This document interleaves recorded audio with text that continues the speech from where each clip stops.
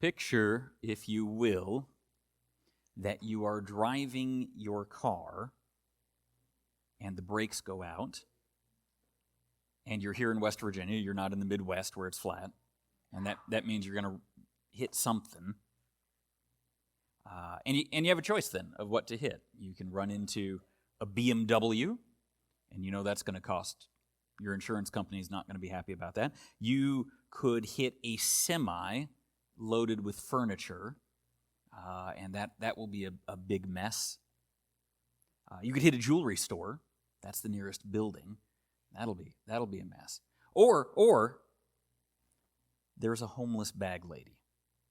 Smelly, old, talks to herself, limping. A drain on society, people would say. Easy, right?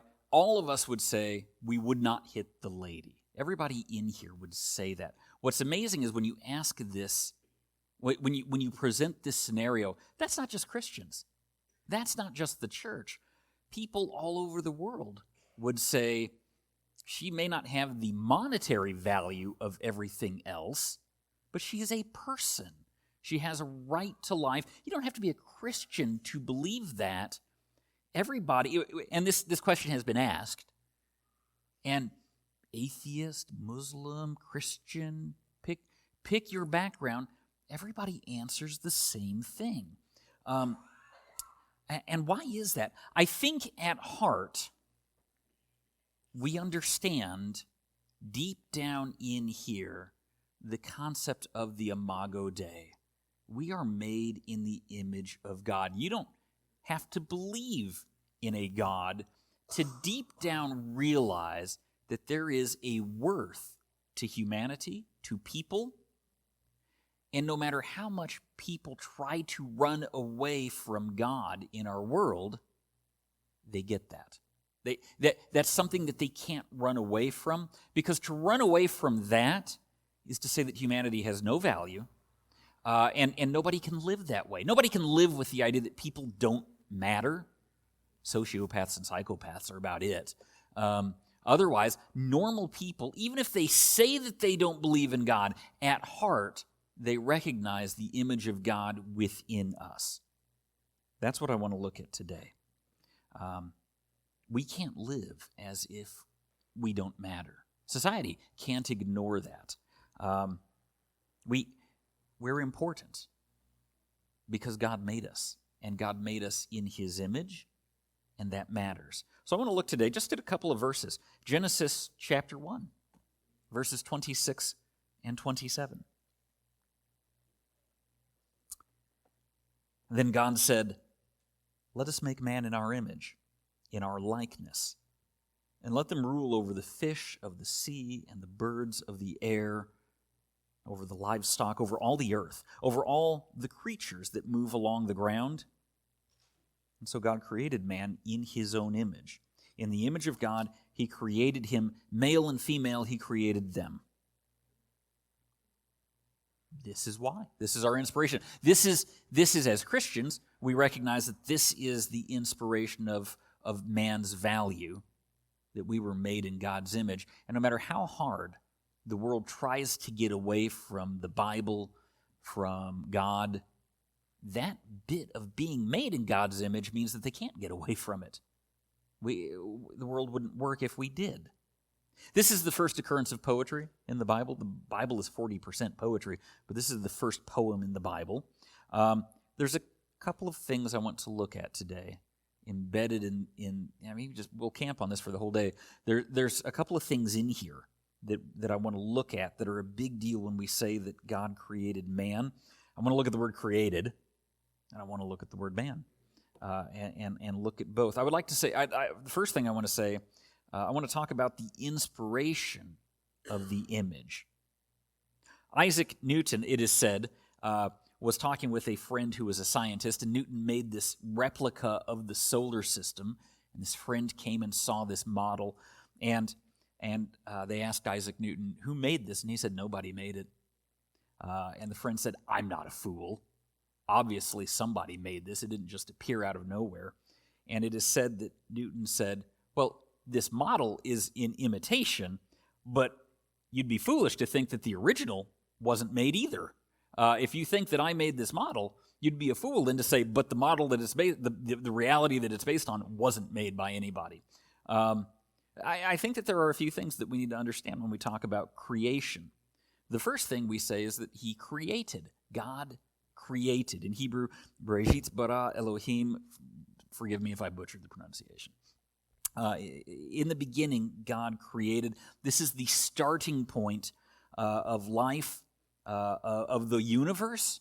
It's a big deal.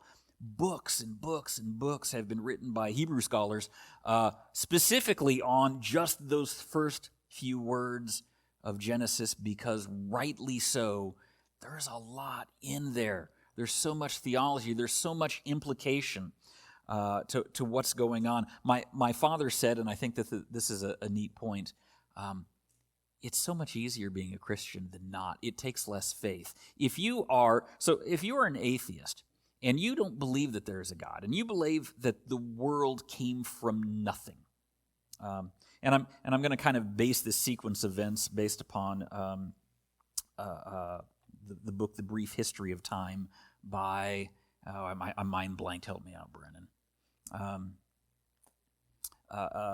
Stephen Hawking. Hawking's book Brief History of Time. Hawking points out that the premise behind the Big Bang Theory, that the world came, that there was a particle infinitely small and infinitely dense and infinitely hot. And although the laws of science say that an object in motion stays in motion and an object at rest stays at rest, unless acted upon by an outside force, it exploded one day and expanded to create all of this. And you've heard, of course, the story that, an explosion in a printing press, the odds of it creating any book are none. Yet we have to believe that although the law of entropy says that things fall apart, in this instance there was an explosion that shouldn't have happened, and things fell together and created this universe. And as my dad pointed out, that takes a lot of faith.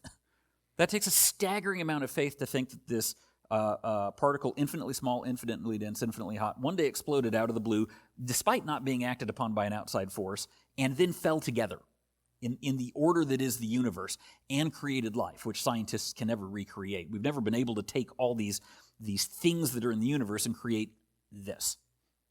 Or, as Dad says, I believe Genesis 1:1, he created the heavens and the earth, done. That's a much easier statement to believe. If you believe that there is a God, Yahweh, I am, if you believe that he is and he can create, then everything else makes sense, and that's really, really easy. The biblical faith is a simpler faith than the alternative that is offered. Atheists say no one created the universe, but our whole theology hangs on the premise that Genesis is true and that God created everything. We might ask the question, why did he create? Well, other ways we could phrase that, why do musicians make music? Why do singers sing? Why do artists paint and draw? Why do farmers farm? Why do writers write? Why do people do what they do? Why did a creator create? Because it's who he is. It's in him. How many people do we know that retire and say, "Oh, I can't wait to have more time once I retire," and you're already laughing, and then they don't have more time. Not only did they find ways to fill it, but so many of them can't even stay at mechanics that once they retire, now they're just fixing cars for free. So many people that we know, farmers that retire, that now they just garden nonstop because they've got the time to do what. So many people that retire, and then they can't retire because it's part of who they are. Artists don't retire from art. Musicians don't retire from music. God is a creator. He wouldn't be God if he wasn't creative. God was creative even before he was the creator. He created man. Creation, for 5 days we read in Genesis, he created and it was good. But on the 6th day he created man and it was very good. We are the pinnacle of his creation. That's not me being arrogant. That's just what the Bible says. And if the Bible is true, then I believe it. the world wasn't complete. The world that he was making wasn't complete until he made man. I've heard so many people say that man is a part of nature. That's like saying the driver is a part of the car. We are a part of creation, but we were not made to be a part of nature. We just read that we were given dominion over nature.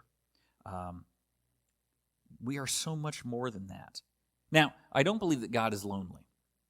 God is creator, yes, but in 1 John 4:7, we also read that God is love. God was always complete. We don't want to say that God made us because he was lonely. That would imply an imperfection and that he wasn't perfect. Having said that, his creation was not complete without man because God is love. And God wanted us to love. Something in his creation that is lovable, God's nature God's creation was fulfilled when he made us. God created man and he loves us. God created man in his image. Now the big question becomes, what does that mean? To be created in the image of God. We are, copies may not be quite the right word, reflections. Genesis chapter 1, verse 27, we read that we are created in his image. Now, we know that that's not physically in looks. We know that we don't look physically like God because we all look different. But we are counterparts to him. How are we the same? We have spirit. We have free will. We have a moral dimension that we can talk about right and wrong. And that example that we opened up from, the world would agree that hitting the bag lady would be wrong because there is a moral dimension to us in his image. We are rational creatures that can think through logic and reason. We have dominion over nature in a way that nothing else in nature has. That's why I say we're not, in that sense, a part of nature. We have fellowship with one another. We have a social aspect that matters. Fellowship is important. We were not created just to be gardeners in the Garden of Eden. We were not created to be farmers and mechanics and locksmiths and shop owners and politicians. We were created to have fellowship with God. And that's a big deal. That gives us worth. We are not worthless because of that fellowship with God. Paul always addresses Christians as saints, which again, the Greek word hagios means holy and set apart to God. We're not addressed as sinners. Paul sees in us that we have the value that God has given us because we were created in his image. That gives us hope. We're not animals. Now, if you keep telling people that they come from animals, I think people will act that way. I think that if you tell people that they're just a product of natural selection, evolution, that's all we are, that we are an accident of evolving, then of course we don't have much. And we excuse all bestial and animalistic behavior and say, well, we're just animals. But God didn't make us in the image of the animals. He made us in his image, and we are called to be godly. We know right from wrong. And again, that doesn't take a Christian.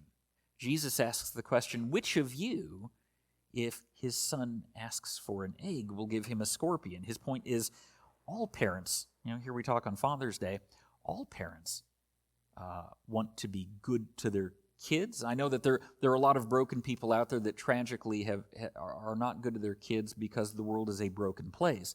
But it doesn't take Christianity to decry that. Non-Christians, when they see bad parents, say, "Oh, you need to do better. You should be the whole world values good parenting. We're not worthless. We may be fallen. Sin may have given us a fallen nature, but the image of God is still there. I have a problem when churches teach that the image of God is a thing of the past, that Adam and Eve were in the image of God and we're not. James says we are made in the image of God, present tense. We may be broken mirrors, but a broken mirror still reflects when you look into a broken mirror, you can still see what's supposed to be there. We may be a little bit broken and not what we should be. That's the whole point of the church, right? We're being perfected, but the broken image still shows the image of God, and our goal as Christians is to display that image more and more every day as we become more Christ-like. We're not worthless. We are in His image. And if we weren't, we would have no hope in this world. There would be no point to any of this. But we are someone because God made us in His image. He is the inspiration of the image. Now, therefore, we are the image of the inspiration. Of course we are. I went to high school in Salem, Illinois, and Salem, Illinois was the birthplace of a politician named William Jennings Bryan, who was, some of you are aware of the Scopes monkey trials in history, which was the fight over whether or not an atheistic Darwinian evolution could be taught in the schools. And William Jennings Bryan was the one that argued against it. I like what he said. Harry Emerson Fosdick wrote that biologists tell us that if a man has eyes, it's because the light waves beat on his skin and the eyes came out in answer. That if he has ears, it's because the sound waves were there first and the ears came out to hear. He says that evolutionists assert that all the powers of man have come in response to an environment. That if there had been no water, there would have been no fins. If there had been no air, there would have been no wings. If there had been no land, there would have been no legs. Dr. Fosdick can believe this, but he cannot believe in miracles. That goes back to what my dad said about faith. Sometimes I wonder just how much faith people who don't want to believe in God actually have to believe all this other stuff happened. Obviously, we don't physically look like God. We all look different. So we want to ask that question, how are we made in God's image? And there's a few places I want to look at that. Intellectually, we're made in the image of God. God is rational. God is intelligent. And so are we. We are rational. We can learn. We can retain what we hear. We have memory. We can reason. We can apply logic. We can identify problems and solve them. Sometimes make them worse. But that's just part of being human. One of my favorite science fiction horror writers, Howard Philip Lovecraft, posited a world in his writings where instead of a rational God, there was this insane nihilistic force that created the universe, irrational and unpredictable, mindless. Yet, interestingly enough, what kind of a world would that lead to if you followed that out? Well, the writer Lovecraft ended up in an insane asylum eventually. I mean, that is kind of how he saw the universe, and probably no surprise, he went crazy. Because if you believe that the world has no reason, no rationality, that it's just all randomness, who can live that way? If we assume that there's no rational design, how are we rational? How can we value rationality if we believe in an irrational universe? The great philosopher René Descartes locked himself in an oven, it is said. He wanted to know, how can I know anything? How can I know knowing? Epistemology is that study of the source of our knowledge. How can I know that I can know? And he locked himself in an oven for a few days. And when he came out, he had that great statement, I think, therefore I am. His point was, if there is rationality, it justifies our existence. It allows us to realize that we do exist. That foundation of statement that our rationality matters, I actually agree with. God allows us, our ability to think is our starting point. It's not just made up in my head. You're not figments of my imagination. The pews are maroon, the walls are white, the sun is shining, and we can all agree on that. And it's not just me trying to put stuff out there. There is a rational world that we live in that we can make sense of because God made us in His intellectual, rational image. We are also volitional. That's a word I love. Not only does God think, God acts. He has the ability to act. He has will. The Bible is the story of His actions. and we can act as well. We can choose our actions. We don't believe that we are cogs in a machine that have been pre-programmed, that we can't act, that it's the illusion of free will. The philosopher Benedict de Spinoza posited a world that said that our actions are predetermined, that nothing that we do is really our choice. Cause and effect has led us, and everything that we do has been predetermined. And as I was reading him, I thought, so he would say that I'm predetermined to read him, but everybody that hasn't read him, well, that's not their fault. They're predetermined to not read him. What a pointless philosophy. Every one of our actions we write off and say, well, this was just the way that I was made. Every crime, every sin, when we tell people you should do good, they could blow it off and say, well, I don't have to do good because I'm not predetermined to do that. To believe in that level of predetermination is to forfeit all morality. Morality has no meaning because anytime we do wrong, well, I was predetermined to do that. But the Bible doesn't posit this. The closing words of the book of Joshua, choose this day who you will serve. And we as Christians believe you have that choice. You can follow God. You don't have to follow God. God honors your choice. He lets you choose. There are factions of Christianity that believe in such a level of predetermination. I've talked with Christians that believe that it's all been mapped out and you don't really have a choice. It's an illusion of free will. But I think that's horrible theology. I think it's terrifying because all of the verbs in the New Testament that tell us to choose, that tell us that we should choose to follow God, become just an illusion. They become a lie. They're fooling us because then it's not really our choice, and it takes away that option. But we can process information and weigh our options and consider our consequences and make decisions. And that's very godlike. That's beyond the ability of animals. We have my wife has a dog, Taffy, and it's a sweet dog. And despite how sweet it is, all the times I've tried to have a rational conversation about theology with the dog just haven't gone anywhere. Smart though this dog is, smart for a dog. But I mean, think about it. The ability to talk and choose and rationalize is so human. And so not anything else, because we are made in the image. And for somebody that's going to throw out, well, primates are pretty smart and dolphins are pretty. Try having a theology discussion with a dolphin. They're not. They may be pretty bright for animals, but the leap between cats and dogs and primates and dolphins, and then where we put they're not in the same. We're not talking about the same thing. It has been pointed out that while you can talk about bananas, like, do you want a banana? You can sign language to a primate. Do you want a monkey? Do you want a banana? And it can answer with sign language. What you can't do is ask it, what's your favorite shade of yellow? Because that is an abstract concept. And what has been proven in working with animals and language is that while they can talk about physical things like bananas, they can't talk about abstract concepts like God, who is abstract in the sense that we can't touch him or feel him or see him, but we know that he's there. Humans, our will allows us to process the world in ways that nothing else can.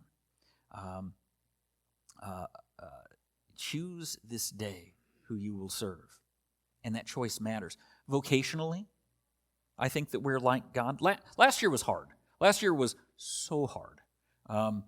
Growing up, hearing about the heroes who got through the difficult times of World War I, and the heroes who got through the difficult times of World War II, these global crises and how it shaped society. And all my life, I hoped I would never see anything like that, but this pandemic has probably been the closest to a global crisis, I would think, since World War II. And it was rough, and we saw that people didn't, they couldn't go to work. And what happened? We were stuck at home, and depression went up.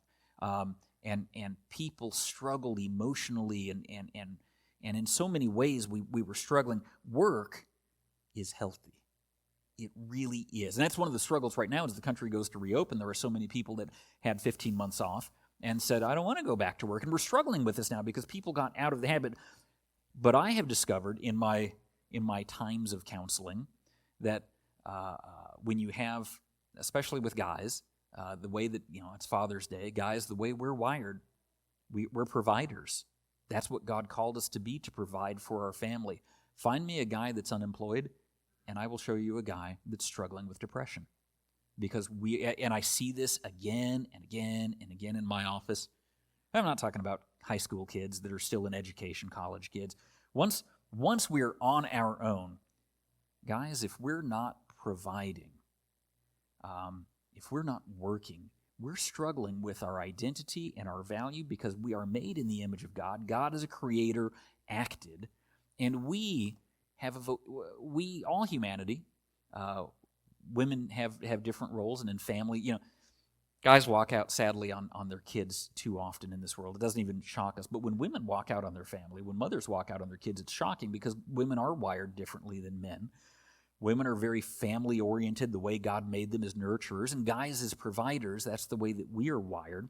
May not be politically correct to say that, but it's biblical. Work is healthy, and it is and so often you see that people work through the sickness. Mentally, it helps us. Exercise is healthy. We know this. There's a reason exercise, because God wired us to not sit around all the time. Exercise makes us healthy. God designed us not to be idle because He is not idle. Benjamin Franklin was a deist. A deist is someone who believes that God made the world, but then stopped and walked away. So believes that there is a God, but also believes in that kind of that we are cogs in a machine, that it's all kind of playing out. This clockwork universe. But I know, biblically, God didn't just make the world, He is active in it. He was active throughout the Bible. This is a true book. There are things that happen in the Bible that are miraculous because God did that. He sent Jesus into the world. And let me say that God is still active. Prayer works because God listens and He acts. Maybe not always in the way that we want Him to, but God is still acting in the world. He is not a hands-off God. We, too, have the capacity for meaningful labor. The Bible emphasizes this again and again. What you do matters. Matters to the world, but it really matters to God.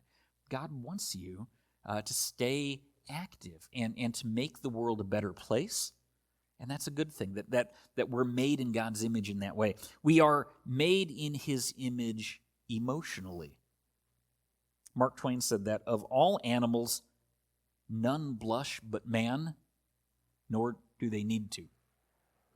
Maybe we can become angry, we can forgive, we can love, we can hate. We have happiness and sadness, pleasure and discontent, joy and sorrow. Our range of emotion, I believe, is beyond animals. But it's not beyond God, our Creator. We're made in His image. We're like Him. We have an emotional element to our creation. God made us emotional creatures. These are and we will experience the full range of emotions, and that's healthy. We know that. We want to be emotionally healthy. Happiness is not our number one goal. I keep saying happiness, happenstance, which is a fancy word for accident. Happiness comes and goes. Joy is our goal. Joy is this deep-seated contentment that even when things are going wrong, we're okay because we're right with God. And that's because God made us that way. I would also say that relationally, we are like God. We live in groups. We live in families. Timothy McVeigh, the Oklahoma City bomber, was a recluse who didn't have any connection with humanity. And the world, again, not just Christians, but the world looks at that and says, that's not the way that you should live. Now, boy, 2020 kind of this is where some of the struggle for 2020 came in. We were all trapped in our houses and we couldn't interact with people, and it made things very unhealthy. I have mixed feelings on the internet. There are some people that are kind of naturally loners, but they can get online, and in a safe environment, they can kind of interact with people. For some people, that ability to reach out and on Facebook or Twitter or even just text somebody and say, man, I'm struggling with dark thoughts. Can you talk me through this? For some people, that can be a good thing. I don't want to discount that. But by and large, I think that social media has hurt us socially because there's not that face-to-face contact, there's not that eye contact, there's not that inflection of voice. it lets people get only a little bit close, but not close enough for real relationships. And I think it's stagnating and stunting our relational growth. We're not meant to stay at home and be online all day. That's why church is so healthy. This is our Christian family, and we need this. And more than twice a year. We need this at a weekly level. The early church met weekly, and we know this from the New Testament, and we are called to meet. We can imagine only seeing, I see my parents once a year at Christmas time. I love them. It's sad that we live so far from them that's all that. But they're also not in my life every day. And if I wanted them in my life every day, I wouldn't be living in West Virginia. We do text. They text me more than I text them. Full confession. They like to text. I don't. But my parents and my sisters text back and forth, and they include me on the text, and I get to read what they're all up to as they text back and forth daily. Sometimes 50 or 60 texts in an hour. Not making that up.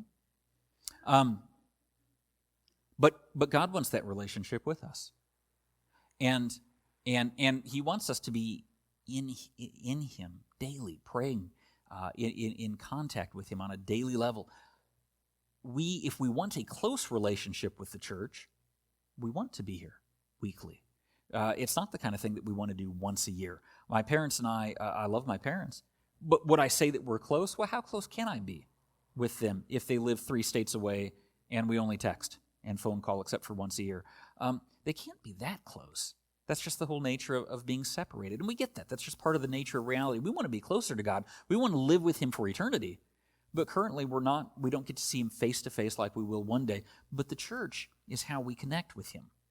And that's why we need the church on a regular basis. This is how God made us. God is triune. He is in a group. Genesis, we read, let us make man in our image, and we recognize this is a reference to the Trinity, that God is the Father in heaven, and He was the Son on earth. He is now the Son in heaven on His throne, and He is the Holy Spirit within us. If fellowship is good for our Creator, is it not important for us? Like God, we desire fellowship. Abraham was God's friend. What an amazing concept, how big of a deal that is. God must have wanted him as a friend. God values friendship, and He values friendship with us. And we value friendship with each other because you matter to God, you matter to me. And that's how we should look towards each other. Our hymn of decision is hymn number 419. Now, I want to close with one other scripture. In high school, a friend of mine, all my friends were into comic books, and I wasn't, and I decided I would go out and see what all this hype was about. Changed my life, didn't it? Yeah, I've never quit.